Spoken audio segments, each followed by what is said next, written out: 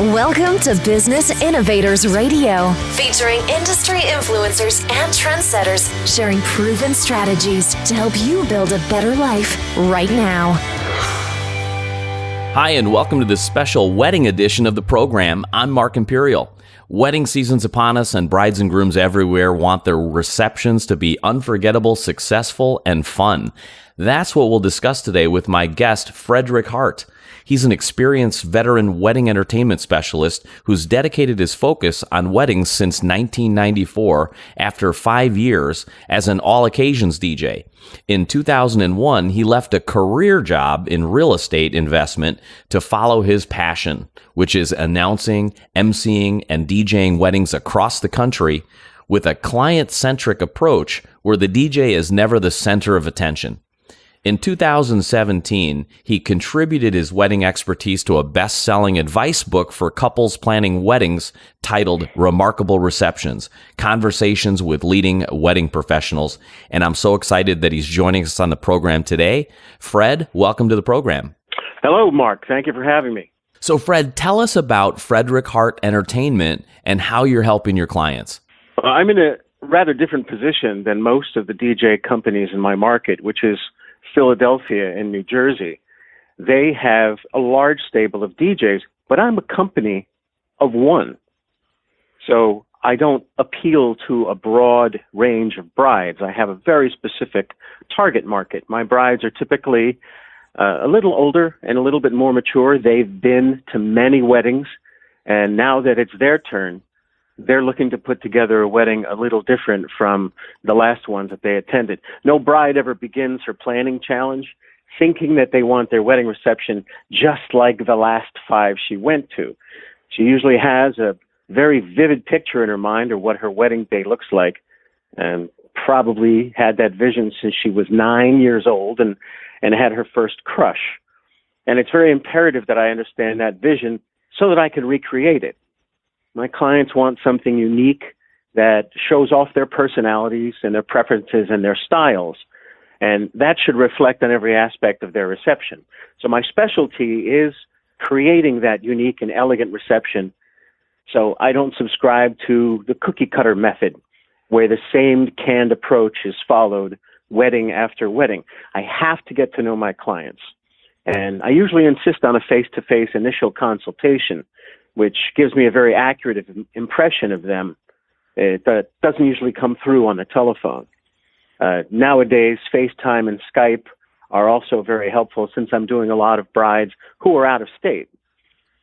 So me getting to know them, it's critical for me to become the DJ and the master of ceremonies that they're looking for to match their expectations.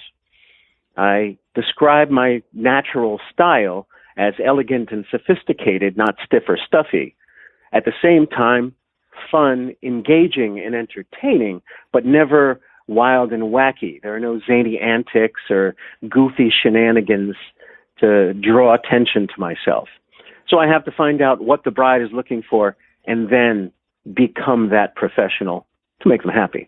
To that point, Fred, when a bride comes to see you, what do you find is the biggest concern they have on their mind?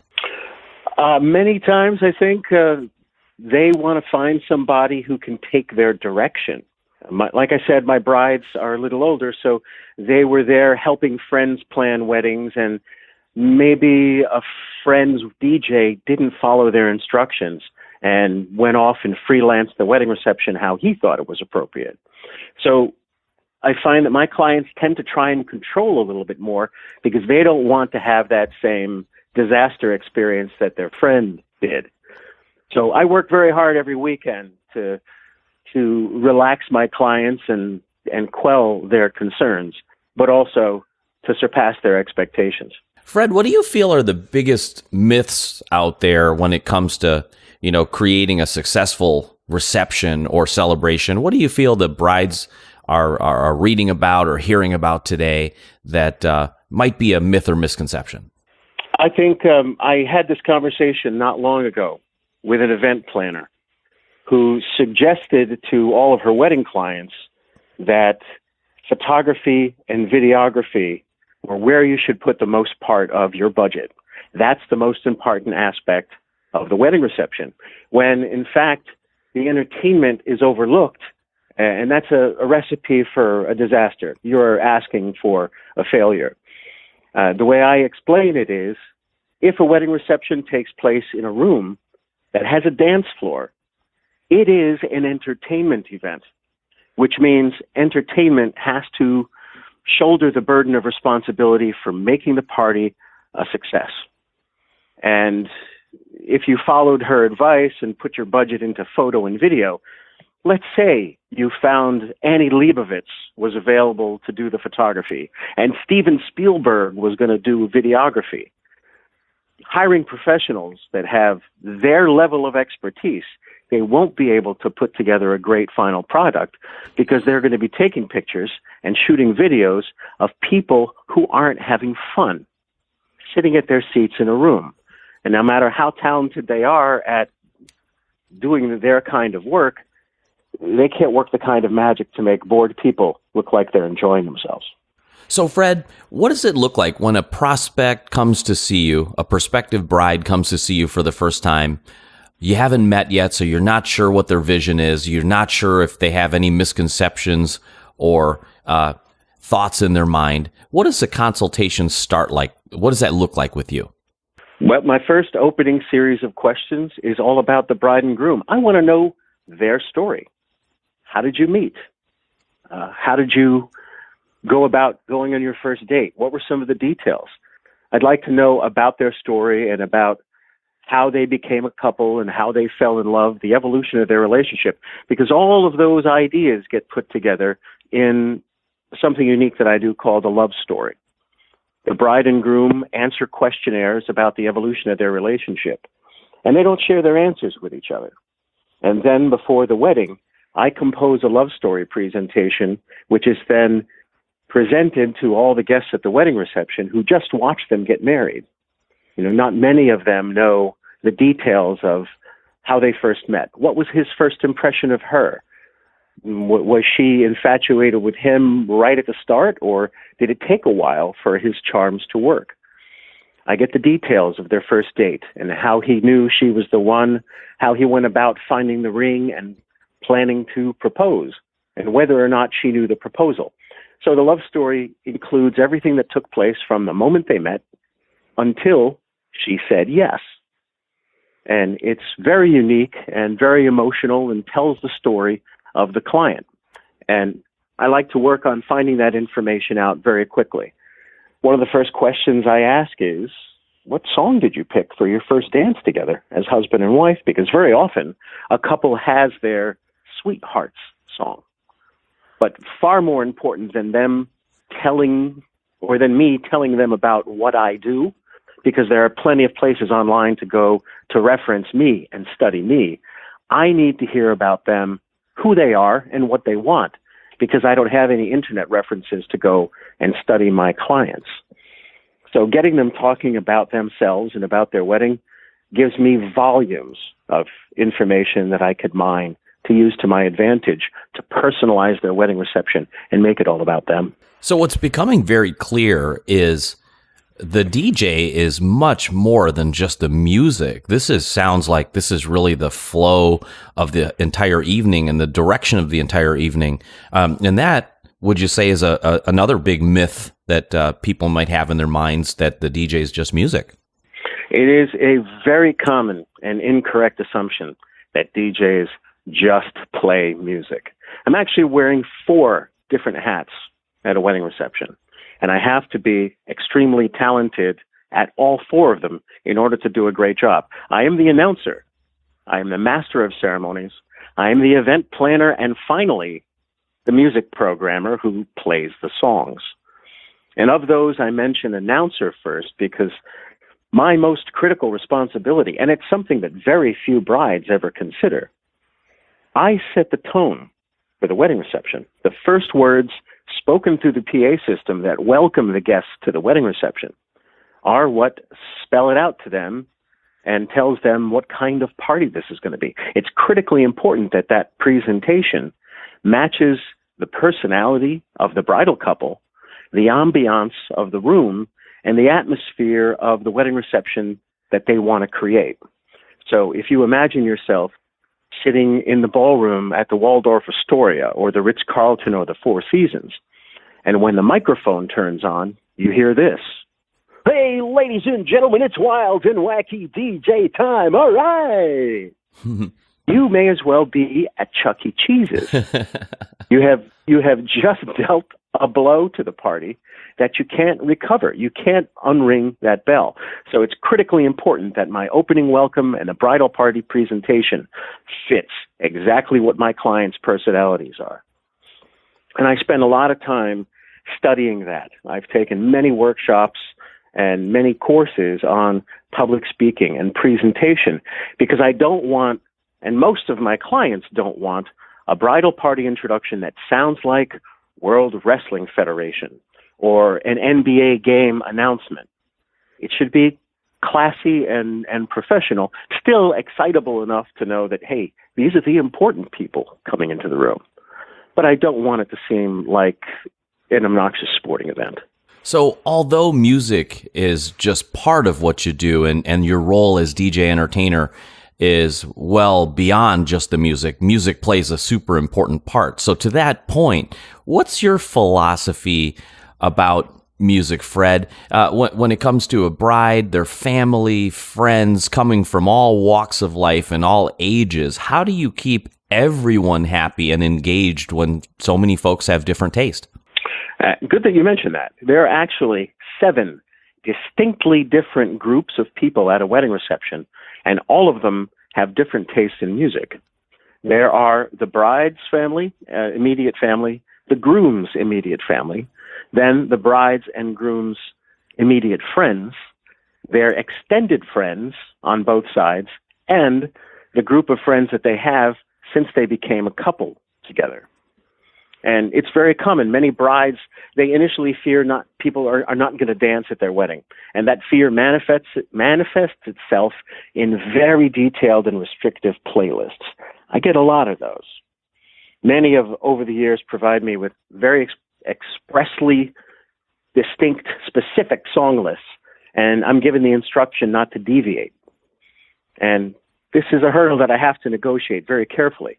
Brides pick songs and they pick their favorites. And it has a very narrow scope. And those songs work well with anyone who's the bride's age plus or minus 4 or 5 years. And those playlists very rarely contain songs that are going to appeal to her parents, to her aunts and uncles, and to her older friends.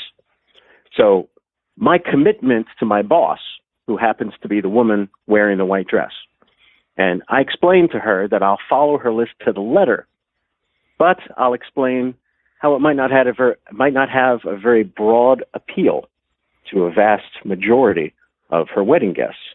And many of those brides will take my advice and allow other genres of music to be included that I know from experience that will engage the rest of the guests. Now, as far as music requests are concerned, there's a list of songs I refer to as the Dirty Dozen. However, there are 14 songs, the most common songs that guests request. And then I could take that list, lay it next to the one given to me by the clients who hire me of songs that they don't want. And song for song, both of those lists are identical. So somewhere in between what the guests want to hear and what my clients allow me to play, we have to work together to come up with an unforgettable playlist for a unique evening. And I consider that a very simple challenge. I tell every client, go through my playlist and cross off any 500 songs.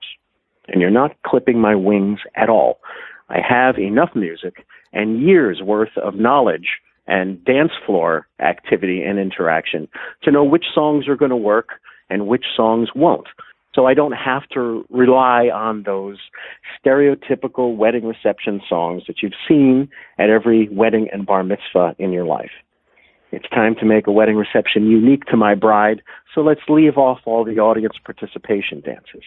That's entirely my client's call. This is quite a job that you have on your hands, I see.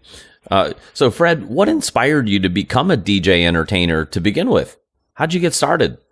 Way back in 1986, I was stationed in the California desert at a very secluded Navy base. We were far from anywhere. So the only thing to do on the weekends, squadron picnics, very popular, fun activities. And someone brought a boom box and tuned it to a radio station. And one weekend I decided I was going to bring a sound system. And I DJed the party, and it was much more fun. Everyone enjoyed it. It became a weekly thing. So after my time in the desert, when I was transferred into the fleet, I wound up DJing a classic rock radio show on the ship's radio station during my time off while we were deployed at sea. And then after the Navy, I gravitated to the college radio station, which led to frat parties and led to sorority formals, and then my very first wedding on Halloween of 1989.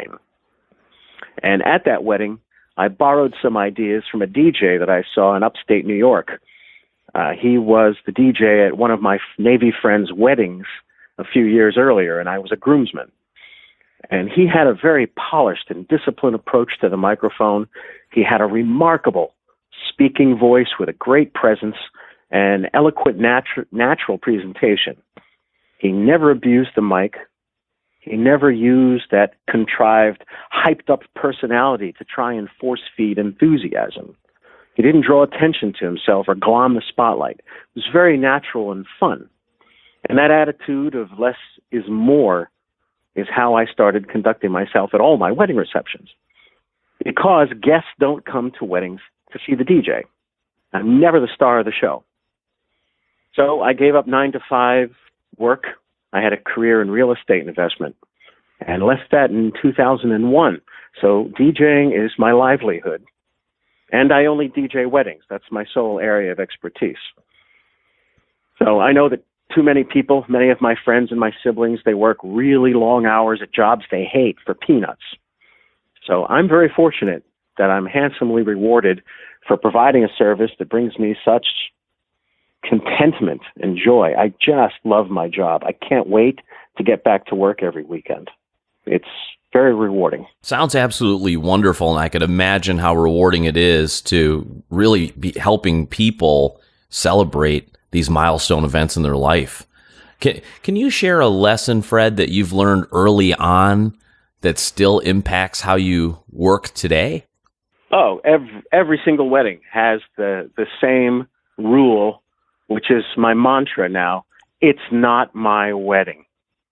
As a rookie DJ, when I used to judge the success of a wedding based on how packed the dance floor was, rather than how closely I followed my clients' directions and expectations, when I was given very strict playlists and not finding that they had the desired effect of getting people dancing, I just disregarded the playlist and played to the crowd, and I did what they wanted rather than respecting my clients' wishes.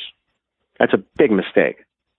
But now I fully understand that my boss is in charge and calling the shots. This is her wedding day. Her name is on the contract. Her name is on the check often that pays me. So I stake my reputation on my commitment to following the most restrictive playlists. It's much harder being handcuffed into playing a list of music that I know isn't having the desired effect. But ultimately, I don't answer to the guests who come to the wedding reception. I answer to the bride, because she's the one who's going to tell her friends, yeah, Fred did a great job. He listened to what I wanted. He did exactly what I expected. She's going to go online to the Wedding Wire or to the Knot or any other social media sources to say, Fred's a great DJ. He does exactly what we wanted, and he delivered exactly what we expected. So they're ultimately my client and the only person that I pay 100% attention to. So speaking about the brides who are evaluating and shopping for DJ entertainment, what would you say is the most important things that brides and other party planners, what's the most important thing they should consider when they're looking and evaluating and trying to choose a DJ entertainer? I think it's most important to find a DJ that understands the client's vision and then is committed to presenting that rather than his own canned approach. If the DJ is willing to follow a prescribed song list, I know 90% of my friends and colleagues in the industry won't take jobs from brides who will pick more than 10 songs. They want to be the ones to have control over the music. And I don't mind. It, like I said, in my mantra, it's not my wedding. So my clients have as much or as little control over the playlists that they want. I have some at one extreme that pick every song. Mark, I've had 2 clients in my history, and this is going on up to 1,500 weddings, 2 brides that listed the songs in the order that she wanted them played, which really defeats the purpose of hiring a professional with my pedigree when all she needs is somebody who could read and check a song off the list. But what she wanted was the bridal party introductions, my presence and my voice on the microphone, and my assurance to attention to detail that I was going to follow her list to the letter with no deviation. And thankfully, it didn't last very long. Maybe 25 minutes into the dancing portion of the wedding reception, she saw that people weren't really reacting the way she expected to these songs. So she said, "Fred, do your thing." I stayed with her playlist, but I just changed the order of certain songs so they would fit together better and be more conducive to creating that atmosphere of enthusiasm. And the wedding turned out to be a huge success. Wow, that's sage advice. That is experience in programming kicking in to save the day. And that's not something that comes around very easily. It takes hundreds of weddings before you pick up that skill. You don't just jump into the business knowing how to play and program songs. It's a long time of trial and error and taking really good mental notes. Fred, before I ask you my last question, is there anything important that I didn't think to ask that you'd like all our listeners to know? Well, to brides-to-be, I have some very important advice that I would like to stake them with. I would like to see more of my clients not stressing over the details at the wedding reception. Trust that you've hired seasoned and tested professionals. Let them do their jobs so you can just have fun. Be in the moment. Enjoy the dance floor with your friends and family. Don't even think about the timing concerns or procedural issues.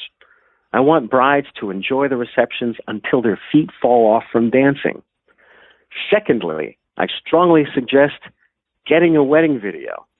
I recently had the chance to see a 25-year-old video. My aunt got married a second time in the 90s. And I got to see, first of all, my old slender self with black hair instead of gray hair. I got to see all my siblings young. I got to see my parents dancing on the dance floor again. People who have since passed away, I got to watch them having a great time at the party. You might not think right off the bat, hey, I'm going to get this wedding video and we're going to watch it all the time. But when you stumble across it, or when your kids stumble across it in 20 years, it's going to have a huge impact. I strongly advise it. Thing number 2, leave a buffer day in between the reception and your departure for your honeymoon. It is way too much to leave a wedding reception, to go to the airport, to fly out to Cancun at 7 o'clock the next morning. Put at least a day in between to let you decompress. And third, if at all possible, I suggest taking pictures before the ceremony, or if you have several hours in between ceremony and reception, get all the pictures done so you could be part of cocktail hour to mingle with your guests. Because if you don't mingle during cocktail hour, you don't get to eat during dinner. Brides and grooms are bouncing around from table to table, greeting everyone. So they don't get to eat, and they're not free to get out on the dance floor and celebrate and have fun. And it's not impossible, but noticeably more difficult, creating an atmosphere of enthusiasm on the dance floor to get the guests on the dance floor when the bride and groom aren't on the dance floor. So if you can see guests during cocktail hour to say hello to them, you don't have to do that during the reception. You could be free to party. And that's clearly the 2-hour period that we have for open dancing. That's where I come to life, and that's where I want my clients to get the memories that last them for the rest of their lives. How much fun this wedding reception was. Dance till your feet fall off. Wow, Fred, brides everywhere are definitely going to benefit from all of your experience and all these golden nuggets that you have to share with them. So for our listeners out there, brides everywhere who are looking for DJ entertainment and would love to speak with you, how could they find out more about you and Frederick Hart Entertainment, and how can they reach you? If you heard anything during this interview that made sense to you or struck a chord, you owe it to yourself and to your reception guests to reach out. I offer no pressure consultations. I travel throughout the country, and I welcome the opportunity to create unique, fun, and elegant receptions everywhere with one vision and focus in mind: my client. I can be reached at fhentertainment.com. F and H, those are my initials. And Google DJ Frederick Hart. It's critical to Google DJ Frederick Hart. There's a famous sculptor who shares my name, who has the first several 100,000 pages that come up in a Google search. So DJ Frederick Hart is how you'll find me. Fred, this has been fantastic, loaded with sage advice for brides everywhere, and I really appreciate you spending the time and sharing on the program today. I wish you continued success for you and for all of your brides. It was my pleasure being here, Mark. Thank you so much for having me. I'm Mark Imperial, and that wraps up another special segment here on weddings here on the program. Until next time, take care, everybody. Thanks for listening to Business Innovators Radio. To hear all episodes featuring leading industry influencers and trendsetters, visit us online at businessinnovatorsradio.com today.